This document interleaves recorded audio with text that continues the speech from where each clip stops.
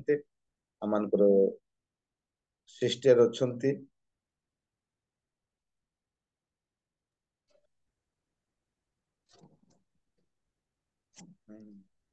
ଆପଣ ମାନେ जानते सिस्टर ଆଉ ସେ ସବୁବେଳେ ଯେତେବେଳେ ଜୁମ ରେ ଜଏନ କରନ୍ତି ସବୁବେଳେ ତାଙ୍କର ମୁଖ ହସ ହସ ଥାଏ ତାଙ୍କର ୱାର୍शिप ବି ଭାରି ଖୁସି ଲାଗେ ଏବଂ ହୃଦୟ ସ୍ପର୍ଶୀ ଥାଏ ମୁଁ ପ୍ରଭୁ ଯୀଶୁଙ୍କ ନାମରେ ଆହ୍ୱାନ କରେ ଆଉ ସେ ସମ୍ମୁଖକୁ ଆସିବେ ଏବଂ ଆମମାନଙ୍କୁ ଆରାଧନାରେ କଢେଇବେ सिस्टर नमस्कार वर्तमान प्रेज आपनकर समय आपण आराधना करें आज्ञा प्रेज द लॉर्ड आज्ञा धन्यवाद आज्ञा सुंदर सुजोग पाए आज्ञा मो आवाज आसुची टिके स्लो अछि टिके साउंड हेबो कि ना ना ठीक अछि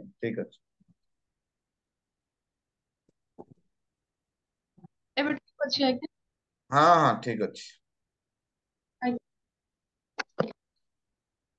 प्रेज द लॉर्ड प्रभुଙ୍କର नामର ବହୁତ ପ୍ରଶଂସା ଓ ଧନ୍ୟବାଦ ଆମମାନଙ୍କୁ କେତେ ଦୟା କଲେ ଆଜି ଦିନ ପ୍ରଭୁ ଆମମାନଙ୍କୁ ଜୀବନରେ ଦେଖିବା ପାଇଁ ଦେଇ ଅଛନ୍ତି ତାଙ୍କର ସେବା ଉପାସନା ଆରମ୍ଭ କରିବା ନିମନ୍ତେ ପ୍ରାତଃ କାଳରେ ଆମ ମାନଙ୍କୁ ସଚେତନ କରି ଆମମାନଙ୍କୁ ନିଦ୍ରାରୁ ଭଗ୍ନ କରି ପ୍ରଭୁଙ୍କର ଆରାଧନା କରିବା ନିମନ୍ତେ ତାଙ୍କର ଜୀବନ୍ତ ବାକ୍ୟ ଶ୍ରବଣ କରିବା ନିମନ୍ତେ ଆମମାନଙ୍କୁ ଏ ସୁନ୍ଦର ସୁଯୋଗ ଦେଇଥିବା ସକାଶୁ ସର୍ବଶକ୍ତିମାନ ଈଶ୍ୱର ଧନ୍ୟବାଦ ଦଉଛି ତା ସହିତ ଆମର ହୋଷ୍ଟ ମହାଶୟଙ୍କୁ ମଧ୍ୟ ଧନ୍ୟବାଦ ଦଉଛି ମତେ ସୁନ୍ଦର ସୁଯୋଗ ଦେଇଥିବା ସକାଶୁ ଆଜିର ଏହି ଆରାଧନା କରିବା ଧନ୍ୟବାଦ ଆଜ୍ଞା ପ୍ରେଜ ଦ ଲର୍ଡ ପୁଣି ଆମର ପରିଚାଳକ ଆଜ୍ଞାଙ୍କୁ ମଧ୍ୟ ମୁଁ ଧନ୍ୟବାଦ ଦଉଛି ସୁନ୍ଦର ସୁଯୋଗ ପାଇଁ ଧନ୍ୟବାଦ ଆଜ୍ଞା ପୁଣି ଜୁମ ରେ ଉପସ୍ଥିତ ପ୍ରତ୍ୟେକଙ୍କୁ ପ୍ରଭୁ ଯୀଶୁଙ୍କ ନାମରେ ମୁଁ ଆନ୍ତରିକ ନମସ୍କାର ଆସନ୍ତୁ ଆମେ ମାନେ ଆଜିର ଏହି ଆରାଧନା କାର୍ଯ୍ୟକ୍ରମଟି କରିବା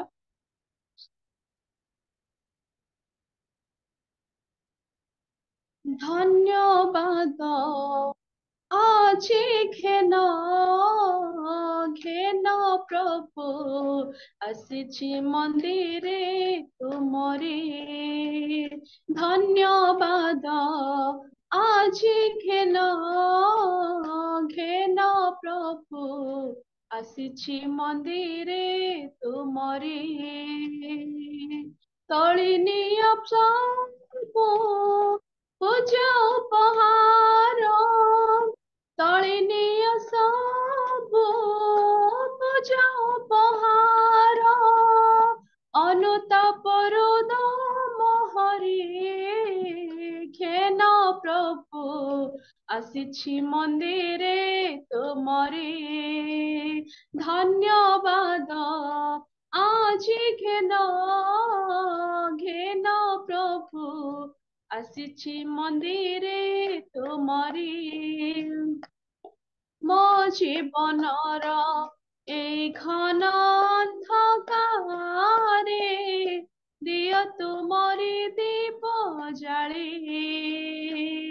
ମୋ ଜୀବନର এই ঘন অন্ধকারে দিয় তুমরি দীপ জাଳି ସେହି ଆଲୋକରେ ଲିଭି ଯାଉ ସବୁ ସେହି ଆଲୋକରେ ଲିଭି ଯାଉ ସବୁ ମୋ ଜୀବନର ପାପ କାଳି ଘେନ ପ୍ରଭୁ ଆସିଛି ମନ୍ଦିରେ ତୁମରି ଧନ୍ୟବାଦ আজি ঘেন ঘেନ ପ୍ରଭୁ ଆସିଛି ମନ୍ଦିରେ ତୁମରି ପଥକୁ ମୁଁ ଚାହିଁ ବସିଅଛି କି କରିବି ପ୍ରଭୁ ତୁମ ବିନା ତୁମରି ପଥକୁ ମୁଁ ଚାହିଁ ବସିଅଛି କି କରିବି ପ୍ରଭୁ ତୁମ ବିନା ତୁମେ ହିଁ ସତ୍ୟ ତୁମେ ହିଁ ଜୀବନ ତୁମେ ହିଁ ସତ୍ୟ ତୁମେ ହିଁ ଜୀବନ ତୁମ ବିନା ବଞ୍ଚି ପାରି ନାହିଁ ଘେନ ପ୍ରଭୁ ଆସିଛି ମନ୍ଦିରେ ତୁମରି धन्यवाद আজি ঘেন ঘেন প্রভু আসিছি মন্দিরে তুমরে আসিছি মন্দিরে তুমরে प्रेज द लॉर्ड प्रभुଙ୍କର ମହତ୍ ନାମର ଗୌରବ हो प्रशंसा हो धन्यवाद हो आम प्रभुଙ୍କର आराधना करू करू पुनर्बार एक गीत माध्यम आम जीवा आम प्रत्येक निज निज को प्रभु पाद तले रखिकी आम गीत समस्त गान करुवा आ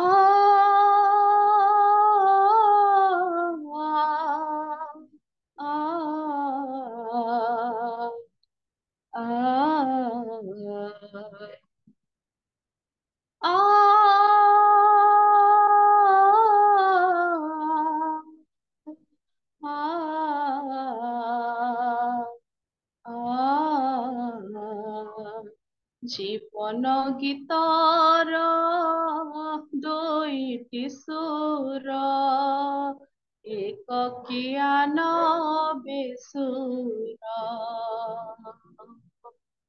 যিশু বিনা লাগে এ মন্তর রঙ্গহীন সবুজে অসার রঙ্গহীন সবুজে অসার রঙ্গহীন সবুজে অসার तुम बिना सबुजे असार जीवन गीतर दुईटी सुर एक कियान सुर एक कियान बेसुर गोटी गोटी कारी पुण्य क्रूस तले थोईदेली सबु पाप मोर क्षमार सागर आहे क्षमामय धोई मते पाप सुचि कर गटी गटी करी पुण्य क्रूस तले थोईदेली सबु पाप मोर क्षमार सागर आहे क्षमामय धोई मते पाप सुचि कर से क्रूस हाड़े लुचाई रखा है से क्रूस हाड़े लुचाई रखा है लोह छोरा मोर निवेदन आखि मोर खोजे राति दिन आखि मोर खोजे राति दिन आखि मोर खोजे राति दिन आखि मोर खोजे राति दिन जीवन नदीर दुईटी कूल तुम बिना हुई अस्थिर जीवन गीतर दुईटी सुर एक कियान बेसुर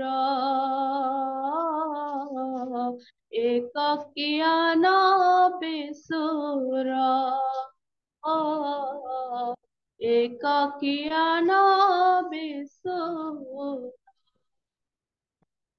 धन्यवाद प्रभुଙ୍କର ମହତ୍ ନାମର ଗୌରବ हो प्रशंसा हो स्तुति हो आराधना हो ଆମ ମାନଙ୍କ ଜୀବନରେ ବଞ୍ଚାଇଛନ୍ତି ତାଙ୍କରି ପ୍ରଶଂସା କରିବା ନିମନ୍ତେ ଏଣୁ ଆମମାନେ ତାଙ୍କରି ପ୍ରଶଂସା କରି ଆମମାନେ ଜୀବନରେ ବଞ୍ଚିବା ପ୍ରଭୁଙ୍କର ଗୌରବ କରିବା ଏ ସକାଳ ସମୟରେ ଆସନ୍ତୁ ପ୍ରତ୍ୟେକ ପୁନର୍ବାର ଏକ ଗୀତ ମାଧ୍ୟମରେ ନିଜ ନିଜକୁ ପ୍ରଭୁଙ୍କ ପାଦ ତଳେ ସମର୍ପିତ ହେବା ତୁମ ପରମ ପ୍ରସାଦ ଭୁଞ୍ଜିବାକୁ ମୋ ଅନ୍ତରାତ୍ମା ଥରି ଉଠେ ପ୍ରଭୁ। ତୁମ ପରମ ପ୍ରସାଦ ଭୁଞ୍ଜିବାକୁ ମୋ ଅନ୍ତରାତ୍ମା ଥରି ଉଠେ ପ୍ରଭୁ।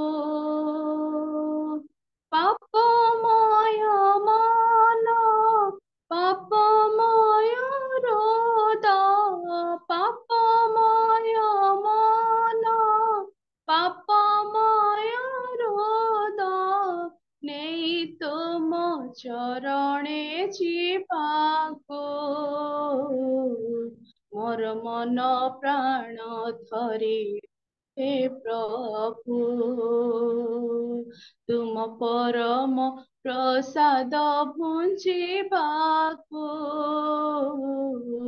ମୋ ଅନ୍ତରାତ୍ମା ଥରି ହେ ପ୍ରଭୁ।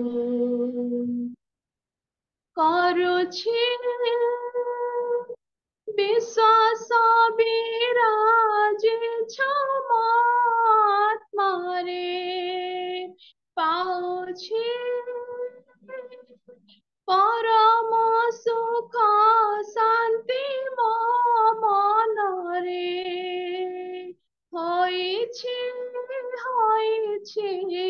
ଧୌତ ମୋ ପାପ ତୁମ ପବିତ୍ର ରକ୍ତରେ। ହୋଇଛି ଧୌତ ମୋ ପାପ ତୁମ ପବିତ୍ର ରକ୍ତରେ। ତୁମ ପରମ ପ୍ରସାଦ ଭୁଞ୍ଜିବାକୁ ମୋ ଅନ୍ତରାତ୍ମା ଥରି ଉଠେ ପ୍ରଭୁ। କରୁଛି ଅନୁଭବ ତୁମର ପ୍ରେମ ପରଶ, ପାଇଛି ତୁମରି କରୁଣା ସ୍ନେହ ଆଶିଷ। ଲଭିଛି ମନ ବଳ ଶକ୍ତି, ପ୍ରେରଣା କର ମୋ ସନ୍ତୋଷ। ଲଭିଛି ମନ ବଳ ଶକ୍ତି, ପ୍ରେରଣା କର ମୋ ସନ୍ତୋଷ। ତୁମ ପରମ ପ୍ରସାଦ ଭୁଞ୍ଜିବାକୁ ମୋ ଅନ୍ତରାତ୍ମା ଥରି ଉଠେ ପ୍ରଭୁ। ତୁମ ପରମ ପ୍ରସାଦ ଭୁଞ୍ଜିବାକୁ ମୋ ଅନ୍ତରାତ୍ମା ଥରି ଉଠେ ପ୍ରଭୁ। ମୋ ଅନ୍ତରାତ୍ମା ଥରି ଉଠେ ପ୍ରଭୁ। ମୋ ଅନ୍ତରାତ୍ମା ଥରି ଉଠେ ପ୍ରଭୁ। ପ୍ରେଜ୍ ଦ ଲର୍ଡ। ପ୍ରଭୁଙ୍କର ମହତ୍ ନାମକୁ ଗୌରବ ଧନ୍ୟବାଦ ଓ ପ୍ରଶଂସା ହଉ। ପ୍ରଭୁଙ୍କର ମହତ୍ ନାମ ଯୁଗେ ଯୁଗେ ଗୌରବ ହଉ। ଆମମାନେ ତାଙ୍କରି ନିକଟରେ କି ପ୍ରକାର ହୃଦୟ ନେଇକି ଆସିଅଛୁ ସର୍ବଶକ୍ତିମାନ ଈଶ୍ୱର ହିଁ ତାହା ଜାଣନ୍ତି। ଆସନ୍ତୁ ଆମମାନେ ନିଜ ନିଜ ପ୍ରଭୁଙ୍କର ନିକଟ ହଉ ଆଉ ତାଙ୍କ ଯେଉଁ ସମସ୍ତ ଆମମାନଙ୍କୁ ଦାନ ପ୍ରଦାନ କରିଅଛନ୍ତି ସେ ଦାନର ଦାନ ଆମେ କିଛି ବି ଦେଇପାରିବା ନାହିଁ, କେବଳ ଏହି ହୃଦୟକୁ ପ୍ରଭୁଙ୍କ ନିକଟରେ ଦେବା। ଏହି ସକାଳ ସମୟରେ ଆମମାନେ ନିଜ ନିଜ ପ୍ରଭୁଙ୍କ ପାଦ ତଳେ ନିଜ ସମର୍ପିତ ହେବା। ପୁନର୍ବାର ଏକ ଗୀତ ମାଧ୍ୟମରେ ତୁମ ଦାନର ପ୍ରତିଦାନେ କି ଦେବି ଆହେ ଈଶ୍ୱର, ଚାଷ ଅଛି ପାଶେ ମୋର प्रभु यीशु हे तुम्हारा तुम दानर प्रतिदाने कि देवी आहे ईश्वर যা ସବୁ ଅଛି ପାଶେ ମୋର प्रभु यीशु हे तुम्हार केते जे प्रसार मंगल दानर केते जे प्रसार मंगल दानर नाही प्रतिदान तार नाही प्रतिदान तार तुम दानर प्रतिदाने कि देवी आहे ईश्वर ଯା ସବୁ ଅଛି ପାଶେ ମୋର प्रभु यीशु हे तुम्हार पाप बंधनरु मते मुकुलाइल पाप प्रलोभरु मते मुक्ति देला पाप बंधनरु मते मुकुलाइल पाप प्रलोभरु मते मुक्ति देला मोर पाप प्रभु श्री अंगे बहिला मोर मंद लागे प्रसारी मरिला नाही प्रतिदान तार नाही प्रतिदान तार तुम दानर प्रतिदाने कि देवी आहे ईश्वर ଯା ସବୁ ଅଛି ପାଶେ ମୋର प्रभु यीशु हे तुम्हार तुम दानर प्रतिदाने कि देवी आहे ईश्वर ଯା ସବୁ ଅଛି ପାଶେ ମୋର प्रभु यीशु हे तुम्हार केते जे प्रसार मंगल दानर केते जे प्रसार मंगल दानर नाही प्रतिदान तार नाही प्रतिदान तार नाही प्रतिदान तार नाही प्रतिदान तार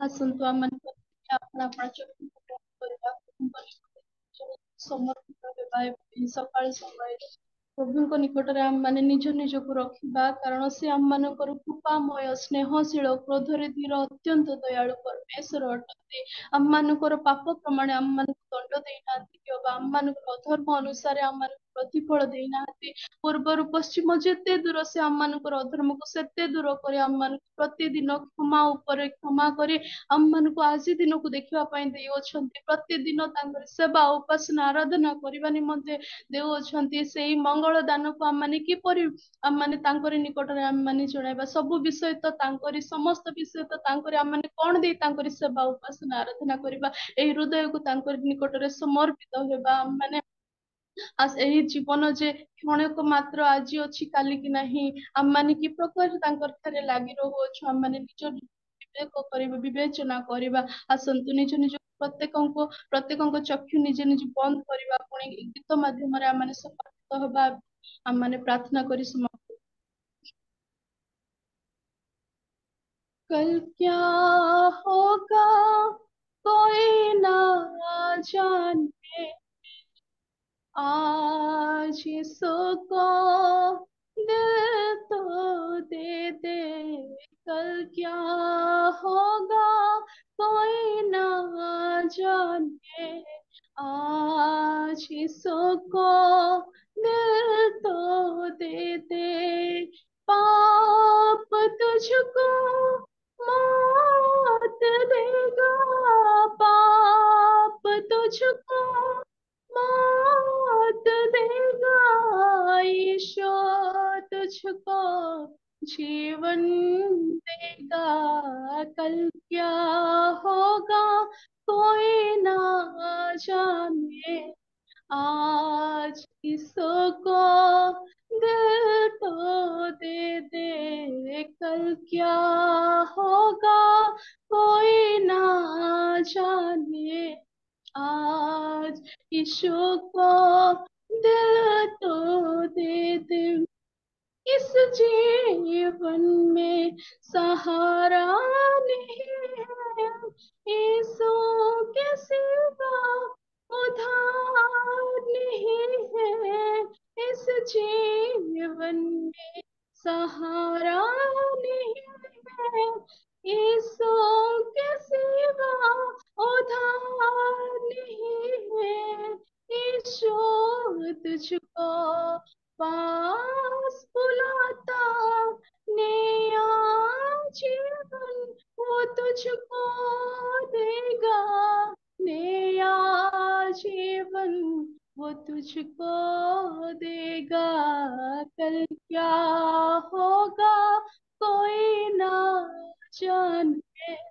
आज इसको, दिल तो दे दे, कल क्या होगा कोई ना जाने। आज इसको, दिल तो दे दे, पाप तुझको मौत देगा, पाप तुझको मौत देगा, ईश्वर तुझको जीवन देगा, कल क्या होगा कोई ना जाने। आज इसको, दिल तो दे दे, आज ईशो को दिल तो दे दे, आज ईशो को दिल तो दे दे। ଧାର୍ମିକ ପିତାକୁ ତୁମର ସେ ମହତ୍ ନାମର ଧନ୍ୟବାଦ ଦଉଛି, ପ୍ରଶଂସା କରୁଛି, ଗୌରବ କରୁଛି। ପ୍ରଭୁ ଆମମାନଙ୍କୁ କେତେ ଦୟା କଲ, ଅନୁଗ୍ରହ କଲ ବାପା।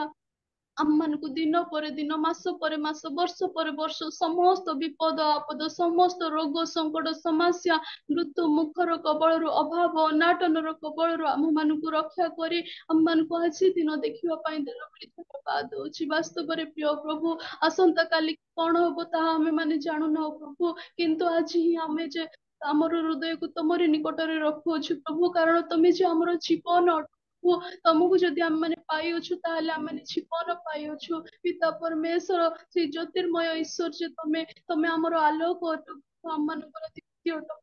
ପିତା ପରମେଶ୍ୱର, ତମରି ଜୀବନ୍ତ ବାକ୍ୟକୁ ଆମେ ହୃଦୟ ମଧ୍ୟରେ ରଖି ପ୍ରତିଦିନ ପ୍ରତି ମୁହୂର୍ତ୍ତ ଆମମାନେ ଯେପରି ଚାଲିବୁ ଏଇ ଶେଷ ଦିନ ମାନଙ୍କରେ, ଏଥି ନିମନ୍ତେ ଆମମାନଙ୍କୁ ପ୍ରତ୍ୟେକ ସମୟରେ ସଚେତନର ବାକ୍ୟ ସମସ୍ତ ପ୍ରଦାନ କରି ଆମମାନଙ୍କୁ ପ୍ରସ୍ତୁତି ଜୀବନ କଟାଉଅଛୁ ବୋଲି ଧନ୍ୟବାଦ ଦଉଛି। ପ୍ରିୟ ପ୍ରଭୁ, ଏ ସକାଳ ସମୟରେ ଆମମାନେ ପ୍ରତ୍ୟେକ ନିଜ ନିଜକୁ ତୁମରି ପାଦ ତଳେ ସମର୍ପିତ ହଉଛୁ ପ୍ରଭୁ।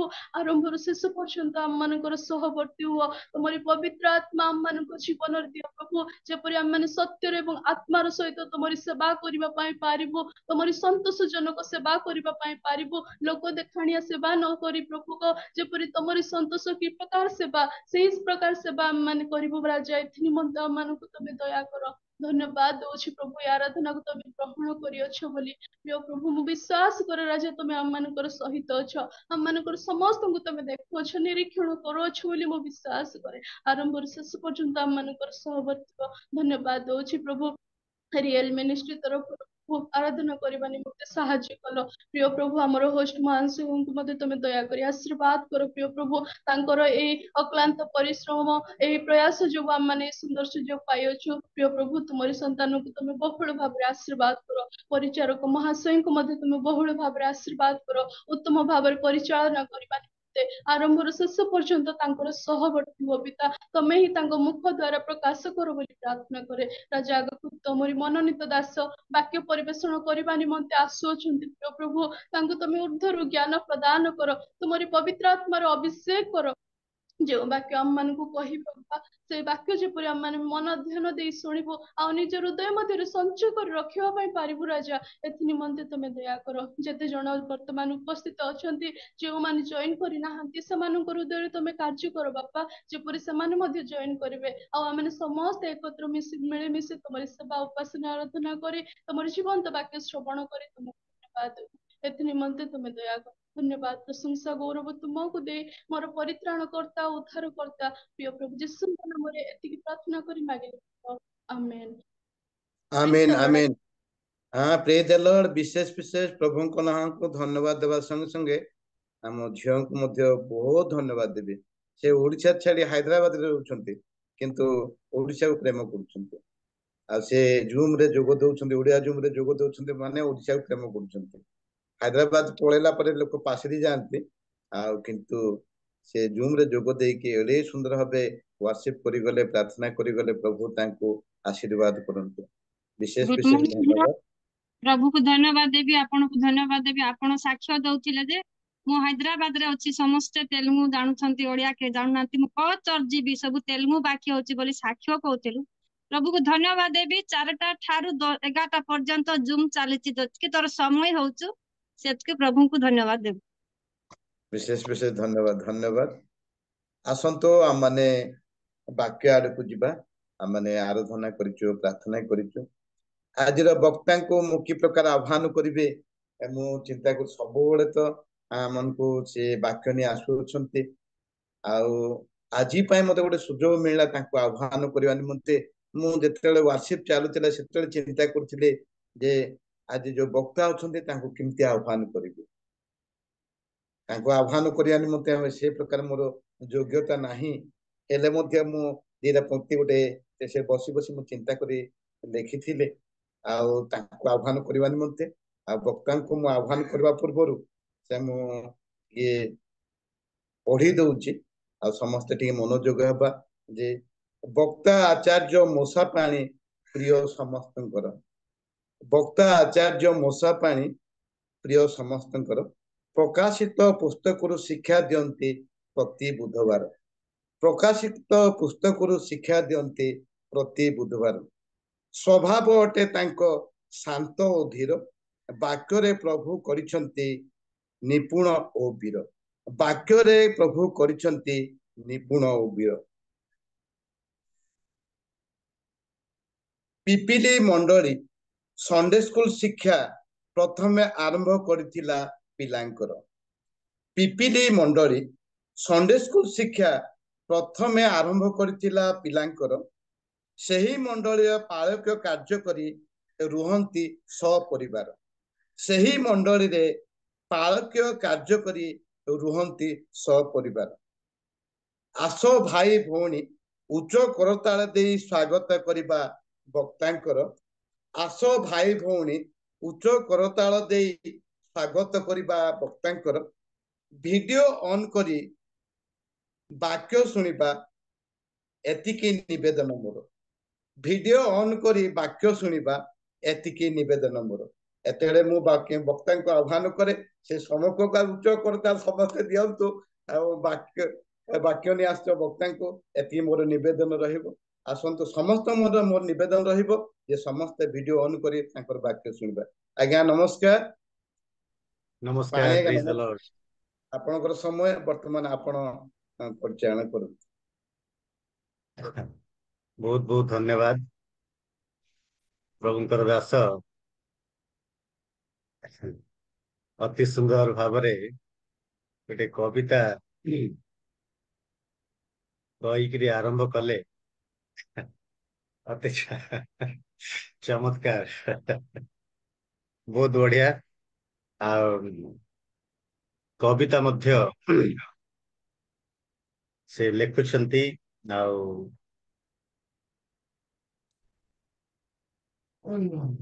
ଆଉ ସେଇ ପ୍ରକାର ସେ ପ୍ରକାର ଜ୍ଞାନ ଆଉ ତୋଡ଼ା ପ୍ରଭୁ ଦେଇଛନ୍ତି। ସେଥିପାଇଁ ପ୍ରଭୁଙ୍କର ଗୌରବ ହଉ, ପ୍ରଭୁଙ୍କର ପ୍ରଶଂସା ହଉ, ପ୍ରଭୁ ତାଙ୍କୁ ଆଶୀର୍ବାଦ କରନ୍ତୁ। ସେ ପ୍ରଭୁଙ୍କୁ ପ୍ରେମ କରନ୍ତି, ପ୍ରଭୁଙ୍କର ସେବା କରନ୍ତି, ପ୍ରଭୁଙ୍କର ଗୌରବ କରନ୍ତି। ଯଦିବା ସରକାରୀ ଚାକିରି ସେ କରନ୍ତି, ତଥାପି ମଧ୍ୟ ପ୍ରଭୁଙ୍କୁ ପ୍ରେମ, ଭୟ, ଭକ୍ତି, ଆଦର କରୁଥିବା ହେତୁ ପ୍ରଭୁଙ୍କର ସେବାରେ ସେ ଲାଗିଛନ୍ତି। ଆଉ ପ୍ରତ୍ୟେକଟି ସମୟରେ ଜୁମରେ ଲିଡିଂ କରିବାରେ ଏବଂ ଆଡଭାଇସ୍ ଦେବାରେ ଏ ସବୁଥିରେ ସେ ଲାଗିକି ରହିଛନ୍ତି। ମୁଁ ସେଥିପାଇଁ ପ୍ରଭୁଙ୍କୁ ଧନ୍ୟବାଦ ଦଉଛି। ପ୍ରଭୁ ତାଙ୍କର ପ୍ରିୟ ଦାସଙ୍କୁ ବିଶେଷ କରି ଆଶୀର୍ବାଦ କରୁଥାନ୍ତୁ। ଆଜି ଗୋଟେ ନୂଆ ବିଷୟଟି ଶୁଣିଲି ଯେ କବିତା ମଧ୍ୟ ଅତି ସୁନ୍ଦର ଭାବରେ ସେ ରଚନା କରିଛନ୍ତି ବା ଲେଖିଛନ୍ତି। ପ୍ରଭୁ ତାଙ୍କୁ ଆଶୀର୍ବାଦ କରନ୍ତୁ। ଧନ୍ୟବାଦ ଦେବି ପ୍ରଭୁଙ୍କର ଝିଅକୁ, ସ୍ୱସ୍ତିନାକୁ। ପ୍ରଭୁ ମଧ୍ୟ ତାକୁ ଆଶୀର୍ବାଦ କରିଛନ୍ତି, ଦୟା କରିଛନ୍ତି, ସହାୟ ହେଇଛନ୍ତି। ସେ ଯୋଉଠି ବି ତାର ଗୀତ ଥାଉ କି ଲିଡିଂ ଥାଉ କିମ୍ବା ନଥାଉ, ସେ ଯୋଉଠି ବି ଜଏନ ହୁଅନ୍ତି, ମୁଁ ତାଙ୍କୁ ସବୁବେଳେ ଦେଖିଛି, ତାଙ୍କର ଭିଡିଓ ସବୁବେଳେ ଅନ୍ ହେଇକି ଥାଏ। ବାଇବଲ ପଢିବା ହଉ, ଗୀତ ଗାଇବା ହଉ, ଲିଡିଂ କରିବା ହଉ କିମ୍ବା କିଛି ନଥାଉ ମଧ୍ୟ ସେ ଭିଡିଓ ଅନ୍ କରି ବସିବେ ଆଉ ପ୍ରଭୁଙ୍କର ସେବା ଆରାଧନା କରିବେ। ପ୍ରଭୁ ସେ ପ୍ରକାର ତାକୁ ଗୁଣ ଦେଇଛନ୍ତି, ଏ ପ୍ରକାର ଆଶୀର୍ବାଦ କରିଛନ୍ତି, ବ୍ୟବହାର କରୁଛନ୍ତି। ମୁଁ ସେଥିପାଇଁ ପ୍ରଭୁଙ୍କୁ ଧନ୍ୟବାଦ ଦଉଛି। ପ୍ରଭୁ ତାଙ୍କୁ ଆଶୀର୍ବାଦ କରନ୍ତୁ। ପ୍ରଭୁଙ୍କ ନାମର ଗୌରବ ହଉ ଯେ ପ୍ରଭୁ ଆଜି ମଧ୍ୟ ଆମମାନଙ୍କୁ ସୁଯୋଗ ଦେଇଛନ୍ତି, ଆମ ମାନଙ୍କର ସହାୟ ହେଇଛନ୍ତି। ରିଏଲ ମିନିଷ୍ଟ୍ରି ମାଧ୍ୟମରେ ପ୍ରକାଶିତ ବାକ୍ୟରୁ ଶିକ୍ଷା ଗ୍ରହଣ କରିବା ପାଇଁ ପ୍ରଭୁ ଆମମାନଙ୍କୁ ସୁଯୋଗ ଆଣି ଦେଇଛନ୍ତି, ଆମ ମାନଙ୍କର ସହାୟ ହେଇଛନ୍ତି। ମୁଁ ସେଥିପାଇଁ ପ୍ରଭୁଙ୍କୁ ଧନ୍ୟବାଦ ଦଉଛି। ପ୍ରଭୁଙ୍କର ଦାସ ଆଜ୍ଞାକୁ ଧନ୍ୟବାଦ ଦଉଛି ଯେ ସୁଯୋଗଟି ମତେ ଦେଇଛନ୍ତି। ପ୍ରଭୁ ଆମ ସମସ୍ତଙ୍କୁ ଦୟା କରନ୍ତୁ। ଆସୁ ଆଜିର ଧ୍ୟାନ ନିମନ୍ତେ ପବିତ୍ର ବାଇବଲରୁ ଆମେ ପାଠ କରିବା ପ୍ରକାଶିତ ବାକ୍ୟ ତାର 2 ଅଧ୍ୟାୟ 12 ପଦରୁ 17 ପଦ ପର୍ଯ୍ୟନ୍ତ ଆମେ ପାଠ କରି ଶୁଣିବା। ଶୀଘ୍ର ଶୀଘ୍ର କେଇ ଜଣେ ପାଠ କରି ସାହାଯ୍ୟ କରିବେ। ପ୍ରକାଶିତ 2, 12ରୁ 17। ପର୍ଗମ ମଣ୍ଡଳୀର ଦୂତ ନିକଟକୁ ଲେଖ, ଯାହାଙ୍କର ତୀକ୍ଷ୍ମ ଦ୍ୱିଧାର ଖଡ୍ଗ ଅଛି, ସେ ଏହା କହନ୍ତି, ଯେଉଁଠାରେ ଶୟତାନର ସିଂହାସନ, ସେଠାରେ ଯେ ତୁମ୍ଭେ ବାସ କରୁଅଛ, ଏହା ଆମ୍ଭେ ଜାଣୁ। ତଥାପି ତୁମ୍ଭେ ଆମ୍ଭର ନାମ ଦୃଢ ରୂପେ ଧରିଅଛ, ଆଉ ଆମ୍ଭର ବିଶ୍ୱସ୍ତ ସାକ୍ଷୀ ଆନ୍ତିପାସ ଯେତେବେଳେ ତୁମ୍ଭମାନଙ୍କ ମଧ୍ୟରେ ଶୟତାନର ସେହି ବସତି ସ୍ଥଳରେ ହତ ହୋଇଥିଲା, ତୁମ୍ଭେ ଆମ୍ଭଠାରେ ବିଶ୍ୱାସ କରୁଅଛ ବୋଲି ସେତେବେଳେ ସୁଦ୍ଧା ଅସ୍ୱୀକାର କରିନଥିଲ। କିନ୍ତୁ ତୁମ୍ଭ ବିରୁଦ୍ଧରେ ଆମ୍ଭର କିଛି କଥା ଅଛି, ଯେଉଁ ବିଲିଆମ ଦେବପ୍ରସାଦ ଭୋଜନ ଓ ବେଶ୍ୟାଗମନ ରୂପ ଫାନ୍ଦ ଇସ୍ରାଏଲର ସନ୍ତାନମାନଙ୍କ ସମ୍ମୁଖରେ ପଳାଇବାକୁ ବାଲାକୁକୁ ଶିକ୍ଷା ଦେଇଥିଲା, ତାହାର ମତାବଲମ୍ବୀ କେତେକ ଜଣ ତୁମ୍ଭ ମଧ୍ୟରେ ସେଠାରେ ଅଛନ୍ତି। ସେହିପରି ମଧ୍ୟ ନିକୋଲାତୀୟ ମତାବଲମ୍ବୀ କେତେକ ତୁମ୍ଭ ମଧ୍ୟରେ ଅଛନ୍ତି। ଏଣୁ ମନ ପରିବର୍ତ୍ତନ କର, ନହେଲେ ଆମ୍ଭେ ଶୀଘ୍ର ତୁମ୍ଭ ନିକଟକୁ ଆସି ସ୍ୱମୁଖ ନିଃସୃତ ଖଡ୍ଗ ଦ୍ୱାରା ତୁମ୍ଭମାନଙ୍କ ସଙ୍ଗେ ଯୁଦ୍ଧ କରିବୁ। ମଣ୍ଡଳୀ ଗଣକୁ ଆତ୍ମା କଣ କହନ୍ତି? ଯାହାର କର୍ଣ୍ଣ ଅଛି ସେ ତାହା ଶୁଣୁ। ଯେ ଜୟ କରେ ତାହାକୁ ଆମ୍ଭେ ଗୁପ୍ତ ମାନା ଦେବୁ। ପୁଣି ଯେଉଁ ନାମ ଗ୍ରହଣକର୍ତ୍ତା ବିନା ଅନ୍ୟ କେହି ଜାଣେ ନାହିଁ, ଏପରି ନୂତନ ନାମ ଲିଖିତ ଏକ ଶ୍ୱେତ ପ୍ରଶସ୍ତ ତାହାକୁ ଦେବୁ। ପ୍ରଭୁ ଏ ପଠିତ ବାକ୍ୟରେ ଶ୍ରବଣରେ ଆମ ସମସ୍ତଙ୍କୁ ଆଶୀର୍ବାଦ କରନ୍ତୁ। ଆଜିର ପ୍ରସଙ୍ଗର ନାମଟି ହେଉଛି ପର୍ଗମ, ଏକ ଜାଗତିକ ମଣ୍ଡଳୀ ବା ଏକ ଦୁର୍ନୀତିଗ୍ରସ୍ତ ମଣ୍ଡଳୀ। ଆମେ ଯଦି ମନେ ପକେଇବା ତାହେଲେ ଏଇ ଯୋଉ ମଣ୍ଡଳୀ ଗୁଡିକ ମାନେ ଆଲୋଚନା କରିକି ଆସିଛୁ, ଏଫିସି ମଣ୍ଡଳୀ ଏକ ଆଦ୍ୟ ପ୍ରେମକୁ ଭୁଲି ଯାଇଥିବା ମଣ୍ଡଳୀ। ସ୍ୱର୍ଣ୍ଣା ମଣ୍ଡଳୀ ଏକ ପ୍ରଭୁଙ୍କର ନିମନ୍ତେ ନିନ୍ଦିତ ତାଡ଼ିତ ହେଇଥିବା ଏକ ମଣ୍ଡଳୀ। ଏବଂ ତୃତୀୟଟି ହେଉଛି ଆଜି ଆମେ ଆଲୋଚନା କରୁଛୁ ପର୍ଗମ ମଣ୍ଡଳୀ। ପର୍ଗମ ମଣ୍ଡଳୀ ଏକ ଜାଗତିକ ମଣ୍ଡଳୀ ବା ଏକ ଦୁର୍ନୀତିଗ୍ରସ୍ତ ମଣ୍ଡଳୀ।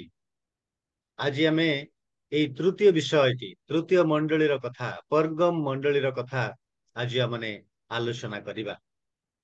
ପ୍ରଭୁଙ୍କର ନାମର ଗୌରବ ହଉ, ପ୍ରଶଂସା ହଉ, କାରଣ ପ୍ରଭୁ ଆମମାନଙ୍କୁ ପ୍ରେମ କରି ସୁଯୋଗଟି ଦେଇଛନ୍ତି ପର୍ଗମ ମଣ୍ଡଳୀ ବିଷୟରେ ଆଲୋଚନା କରିବା ପାଇଁ। ପର୍ଗମ ସହର କଥା ଆମେ ବର୍ତ୍ତମାନ ଦେଖିବା ଯେ ପର୍ଗମ ସହର କି ପ୍ରକାର ଗୋଟେ ସହର। ଅଳ୍ପ ସମୟ ତାକୁ ଆମେ ଜାଣିବା ପାଇଁ, ଶିଖିବା ପାଇଁ ଚେଷ୍ଟା କରିବା। ଆସିଆର ଏକ ବିଶିଷ୍ଟ ସ୍ଥାନ ଥିଲା। ଏଇ ପର୍ଗମଟି ଗୋଟେ ଆସିଆର ଏକ ବିଶିଷ୍ଟ ସ୍ଥାନ ଥିଲା। ଆସିଆର ବୃହତ୍ତମ ସହର ମଧ୍ୟ ଥିଲା ଏବଂ ଏଇ ପର୍ଗମଟି ଆସିଆର ଅତି ଲୋକପ୍ରିୟ ସହର ଥିଲା। ଯେ ପ୍ରକାର ଆମର ସହର ଗୁଡିକ ଅଛି, ଆମେ ଗୋଟେ ସହରକୁ ଗଲେ ଆଉ ପସନ୍ଦ କରୁ, ସେଇଠି ସବୁ ଜିନିଷ ସବୁ ମିଳେ। ଲୋକପ୍ରିୟ ସହର ଆମର ସହର ଗୁଡିକ ଅଛି। ସେରଙ୍ଗରୁ ଯଦି ଆମେ ପାରଳାଖେମୁଣ୍ଡି ଯିବୁ ତାହେଲେ ବାହ ବଢିଆ, ସବୁ ମିଳିବ। ଆଉ ଅନେକ ଲୋକ ସେଇଠି ଆସିକି ଦେଖା ହେଇପାରିବେ। ବଡପଦାରୁ ଆସିଥିବେ, କିମ୍ବା ଝାଲରସିଂହରୁ ଆସିଥିବେ, କି ନୂଆଗଡରୁ ଆସିଥିବେ, ସମସ୍ତେ ସେଇଠି ଦେଖା ହବ। ସେଇ ପ୍ରକାର ଗୋଟେ ଏଇ ସହର ଥିଲା, ପର୍ଗମ ସହର। ଏବଂ ଏହା ପ୍ରାୟ 400 ବର୍ଷ ଧରି ସେହି ଅଞ୍ଚଳର ରାଜଧାନୀ ଥିଲା। 400 ବର୍ଷ ପର୍ଯ୍ୟନ୍ତ ଗୋଟେ ରାଜଧାନୀ ଭାବରେ ସେ ରହିଥିଲା। ସେଲୁସାଇଟ୍ ର ରାଜଧାନୀ ଭାବରେ ମଧ୍ୟ ଏହା ଥିଲା ଅନେକ ଦିନ ପର୍ଯ୍ୟନ୍ତ। ଏହା ପ୍ରାୟ 52 ରୁ 56 ସମୟରେ ପାଉଲ ଯେତେବେଳେ ଏଫିସକୁ ଆସିଥିଲେ, ସେଇ ସମୟରେ ଏସିଆ ମାଇନରରେ ସେ ଯେତେବେଳେ ଥିଲେ, ସୁସମାଚାର ପ୍ରଚାର କରୁଥିଲେ, ସେଇ ସମୟରେ ଏଇ ପର୍ଗମ ମଧ୍ୟ, ଏଇ ପର୍ଗମର ଲୋକମାନେ ସୁସମାଚାର ଶୁଣିଥିଲେ ଆଉ ସେମାନେ ଯୀଶୁଙ୍କୁ ବିଶ୍ୱାସ କରିଥିଲେ ଆଉ ମଣ୍ଡଳୀ ଗଠନ ହେଇଥିଲା।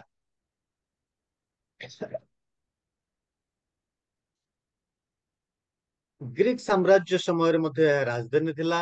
ରୋମିଓ ସାମ୍ରାଜ୍ୟ ସମୟରେ ମଧ୍ୟ ଏହା ରାଜଧାନୀ ଥିଲା। ଅର୍ଥାତ୍ ପ୍ରାୟ ଦୀର୍ଘ 400 ବର୍ଷ ଧରି ସେଲୁସାଇଡ୍ ରାଜ୍ୟର ସମୟରେ, ସେଲୁସାଇଡ୍ କଥା କହୁନାହିଁ କୋଉ ସମୟ ସେଟା, ଏବଂ ଗ୍ରୀକ ସାମ୍ରାଜ୍ୟ ସମୟରେ ମଧ୍ୟ, ରୋମିଓ ସାମ୍ରାଜ୍ୟ ସମୟରେ ମଧ୍ୟ ସମୟ ନଥିବା ହେତୁ ମୁଁ ଟିକେ ଶୀଘ୍ର ଯାଉଛି। ଏଇଟା ଗୋଟେ ସୌନ୍ଦର୍ଯ୍ୟପୂର୍ଣ୍ଣ ସହର ଥିଲା। ଏକ ଉଚ୍ଚ ପାହାଡ ଉପରେ ସ୍ଥାପିତ ହେଇକିରି ଥିଲା। ଏହା ଏଫିସି ସହର ଠାରୁ ପ୍ରାୟ 100 ମାଇଲ ଦୂରରେ ଥିଲା। ସମୁଦ୍ର ଠାରୁ ପ୍ରାୟ 50 ମାଇଲ ଦୂରରେ ଥିଲା। ଆଉ ଏହାର ଆଧୁନିକ ନାମ ହଉଛି ବର୍ଗମା। ବର୍ତ୍ତମାନ ଯଦି ଆମେ ଏଇ ସହରକୁ ଯିବା ତାହେଲେ ପର୍ଗମ କହିଲେ କେହି ବୁଝିପାରିବେ ନାହିଁ, ପର୍ଗମସ୍ କହିଲେ କେହି ବୁଝିପାରିବେ ନାହିଁ। କିନ୍ତୁ ଯଦି ଆମେ ବର୍ଗମା ବୋଲିକିରି କହିବୁ ତାହେଲେ ସାଙ୍ଗେ ସାଙ୍ଗେ ବୁଝି ହେଇଯିବ। ଏବଂ ଏହା ତୁର୍କୀ ଦେଶରେ ଅବସ୍ଥିତ, ଆସିଆ ମାଇନରରେ ଏହା ଅବସ୍ଥିତ ଅଛି। परगम संस्कृति यह परगम टी प्राचीन जुगर शिक्षा एवं संस्कृतिर केंद्र थिला। जेमती वर्तमान आमे कहूचु आग कालरे सबु बढ़िया थिला। आग कालर चिंताधारा आमे छाड़ी पारिबु ना। आम लोक माने जहा करिसंती ठीक करिसंती सेई संस्कृति रे ही आमने गति करूछु। सेई जहा शिक्षा माने पाइछु सेथिरे आमने गति करूछु। अनेक विषय आमको छाड़ीबार अछि किंतु आमे छाड़ी नो सेटा धरिक रखिछु। हाँ एवं एई परगम रो लोक माने ग्रीक संस्कृतिर रक्षक भावरे से माने परिचित थिले। अर्थात ग्रीक संस्कृति जहा साहा सब थिला से सब संस्कृति को से माने बजै के रखिथिले धरिक रखिथिले। आमर आवाहन कालरू आमाने एटा पालन करी आसुछु आको आमे छाड़ी पारिबु नाही। आवाहन कालरू एहा आमाने करिके आसुछु आमर लोक माने करिके आसुछंती। एणु आमे मध्य ताकू धरी रखिबु ताकू करिबु। से माने केबे मध्य से संस्कृति को छाड़ी नथिले रक्षक भावरे माने थिले। अनेक प्रकार विषय आमान को भितरे अछि एई अंचल रे मध्य से प्रकार अनेक विषय अछि। सेटा मु कहू नाही आमे निश्चय जानिबा दरकार से। एवं ए जे गोटे लाइब्रेरी गोटे थिला बड़ लाइब्रेरी गोटे थिला आउ जो लाइब्रेरी की प्राय 2 लाख चर्म पुस्तक थिला जहाकू कि माने पार्चमेंट बोली करे कहू। 2 लाख चर्म पुस्तक एई लाइब्रेरी थिला जहाकू पाठागार बोली के ओडिया रे कहछा। एवं एथिरे एई जो पाठागार टी बा एई लाइब्रेरी टी द्वितीय स्थान अधिकार करितला। पृथ्वीर द्वितीय स्थान रे थिला। आ प्रथम स्थान ताहेले कोटा ना मिस्र रे थिबा अलेक्जेंड्रिया रो लाइब्रेरी। मिस्र रे थिबा अलेक्जेंड्रिया रो पाठागार बा लाइब्रेरी प्रथम स्थान रे थिला एवं द्वितीय स्थान रे एई परगम थिला जोठारे कि 2 लाख चर्म पुस्तक बा पार्चमेंट सबु रही थिला। यह होछि तार संस्कृति परगम रो संस्कृति। गोटे कनिकाल नाम गोटे पर्वत थिला जोटी की अनेक विजातीय मंदिर गुड़िक सेठी भर्ती हेकरि थिला। अनेक विजातीय मूर्ति बा मंदिर गुड़िक सेठी थिला जो माने कि से स्थान को जाउथले आ से मानकर सेवा करूथले आराधना करूथले आ से मानकर उद्देश्य रे बलि उत्सर्ग करूथले। देवा देवी अनेक देवा देवी से मानकर थिला। से मानक मध्यरे गोटे होछि जियोस देवता जे कि बड़ देवता बोली भाबुथले से लोक माने। एवं गोटे आथेना देवीर मंदिर थिला। से आथेना देवीर मंदिर आगरे ए जियोस देवतार गोटे यज्ञ वेदी थिला। बड़ यज्ञ वेदी गोटे थिला आउ ताहा आथेना देवीर मंदिर आगरे थिला। आथेना देवी को पाखकु जदि गले सेठी पूजा आराधना कले जियोस देवतांक पाखकु गले सेठी आराधना कले इत्यादि इत्यादि सबु से माने करूथले। गोटे सम्राट पूजार केंद्र स्थल थिला। प्रथम एई स्थान रे सम्राट पूजा रो आराधना आरंभ करा जाइतला परगम रे आ सेथि पई एठी सम्राट पूजार केंद्र स्थल थिला।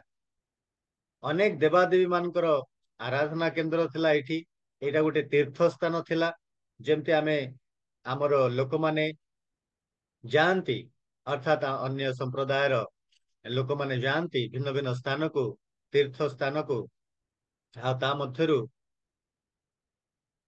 मो जो जिल्ला रे अछि सेठी के मध्य अनेक लोक आसंती अनेक भाई भौणी माने आसंती आ सेठी सेमानकर विभिन्न प्रकार कार्यक्रम करंती।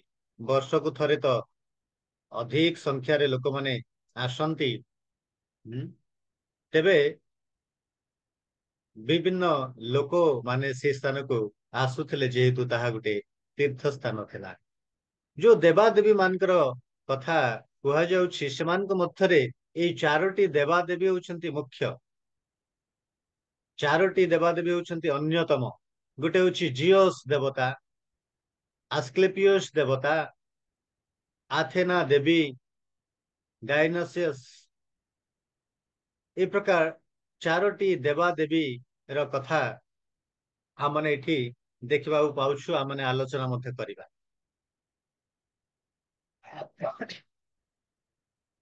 ପ୍ରଥମ ବିଷୟ ହେଉଛି ୱାର୍ଡ ଅଫ କମେଣ୍ଡେସନ, ପ୍ରଶଂସାର ବାର୍ତ୍ତା। 13 ପଦକୁ ଆମେ ଆଉ ଥରେ ପଢିବା। ସ୍ୱସ୍ତିନା ସାହାଯ୍ୟ କରିବେ, ନହେଲେ ଆଉ କେହି ଯଦି ସାହାଯ୍ୟ କରିବେ। ଯେଉଁଠାରେ ଶୟତାନର ସିଂହାସନ, ସେଠାରେ ଯେ ତୁମ୍ଭେ ବାସ କରୁଅଛ, ଏହା ଆମ୍ଭେ ଜାଣୁ। ତଥାପି ତୁମ୍ଭେ ଆମ୍ଭର ନାମ ଦୃଢ ରୂପେ ଧରିଅଛ, ଆଉ ଆମ୍ଭର ବିଶ୍ୱସ୍ତ ସାକ୍ଷୀ ଆନ୍ତିପା ଯେତେବେଳେ ତୁମମାନଙ୍କ ମଧ୍ୟରେ ଶୟତାନର ସେହି ବସତି ସ୍ଥଳରେ ହତ ହୋଇଥିଲା, ତୁମ୍ଭେ ଆମ୍ଭଠାରେ ବିଶ୍ୱାସ କରୁଅଛ ବୋଲି ସେତେବେଳେ ସୁଦ୍ଧା ଅସ୍ୱୀକାର କରିନଥିଲ। ବହୁତ ଧନ୍ୟବାଦ। ପ୍ରଶଂସାର ବାର୍ତ୍ତା। ପ୍ରଥମଟି ହେଉଛି ପ୍ରଶଂସାର ବାର୍ତ୍ତା। ପ୍ରଭୁ ଯୀଶୁ ଏଇ ମଣ୍ଡଳୀକୁ ଅର୍ଥାତ୍ ପର୍ଗମ ମଣ୍ଡଳୀକୁ ପ୍ରଶଂସାର ବାର୍ତ୍ତା ସେ ପ୍ରେରଣ କରୁଛନ୍ତି। ତାଙ୍କର ଚିଠିରେ ଯେତେବେଳେ ସେ ଚିଠି ଲେଖୁଛନ୍ତି, ଅର୍ଥାତ୍ ଯୋହନ, ଯୀଶୁଙ୍କର ଶିଷ୍ୟ ଯୋହନ ଯୀଶୁଙ୍କ ଠାରୁ ଯାହା ଯାହା ଶୁଣିଲେ, ଯାହା ଯାହା ସେ ପାଇଲେ, ଯାହା ଯାହା ସେ ଜଣେଇଲେ, ତାହା ପର୍ଗମ ମଣ୍ଡଳୀକୁ ସେ ଲେଖୁଛନ୍ତି, ଜଣଉଛନ୍ତି। ଆଉ ଲେଖିବା ସମୟରେ ପ୍ରଥମ କରି ସେ ସେମାନଙ୍କ ପାଖକୁ ପ୍ରଶଂସାର କଥା ଲେଖୁଛନ୍ତି। ପ୍ରଶଂସାର କଥା ଲେଖିବା ସମୟରେ ପ୍ରଥମଟି ହେଉଛି ଯୀଶୁ ସେମାନଙ୍କର ସ୍ଥିତି ଜାଣନ୍ତି। Jesus knows their situation. Situation କୁ ଜାଣନ୍ତି, ସ୍ଥିତିକୁ ଜାଣିଛନ୍ତି ବୋଲି ସେ ପ୍ରକାଶ କରନ୍ତି ଆଉ ପ୍ରଶଂସା କରନ୍ତି। ସିଚୁଏସନଟି କଣ ନା, ସେଠି ଲେଖା ଅଛି ସେଠାରେ ଯୋଉଠାରେ କି ଶୟତାନର ସିଂହାସନ ଅଛି। ଶୟତାନର ସିଂହାସନ ଥିବା ଏକ ସ୍ଥାନରେ ଏଇ ଖ୍ରୀଷ୍ଟ ବିଶ୍ୱାସୀ ମାନେ ବାସ କରୁଛନ୍ତି। ମୁଁ ଟିକେ ଆପଣଙ୍କୁ ମନେ ପକେଇ ଦେବା ପାଇଁ ଚାହୁଁଛି, ଯୋଉମାନେ ଗଜପତି ଜିଲ୍ଲାର ଲୋକମାନେ ଅଛନ୍ତି ସେମାନଙ୍କୁ ଟିକେ ମନେ ପକେଇ ଦେବା ପାଇଁ ଚାହିଁବି। ପାରଳାଖେମୁଣ୍ଡି ଯଦି ଆପଣ ଯିବେ, ଆପଣ ତେଲୁଗୁ ବାପ୍ଟିଷ୍ଟ ଚର୍ଚ୍ଚ କୁ ଯିବେ, ଯୋଉଟା କି କଲେଜ ପାଖରେ ଅଛି, କଲେଜ ଛକରେ ଅଛି। କଲେଜ ଛକରେ ଯୋଉ ବାପ୍ଟିଷ୍ଟ ଚର୍ଚ୍ଚ ଟି ଅଛି, ତାର କଲେଜ କୁ ଯିବା ପାଇଁ ଗୋଟେ ରାସ୍ତା ଅଛି। ତାପରେ ଏପଟ ଆଉ ଗୋଟେ ମନ୍ଦିର ଅଛି।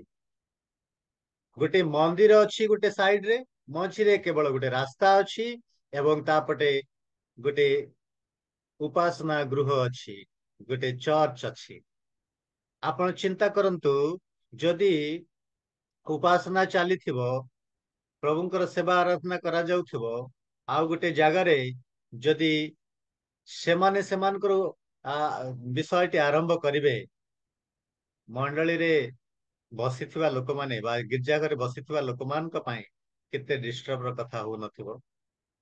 ଏଇଟା ଗୋଟେ ମୁଁ କେବଳ ବୁଝିବା ପାଇଁ କହୁଛି। ଏଇ ଲୋକମାନଙ୍କ ପାଇଁ, ପର୍ଗମ ମଣ୍ଡଳୀର ଲୋକମାନଙ୍କର ସ୍ଥିତି ପ୍ରଭୁ ଯୀଶୁ ଜାଣନ୍ତି, ସେମାନଙ୍କର ସିଚୁଏସନ କୁ ଜାଣନ୍ତି। ଆଉ ସେ କୋଉ କହିଲେ, ଯୋଉଠାରେ ଶୟତାନର ସିଂହାସନ ଅଛି।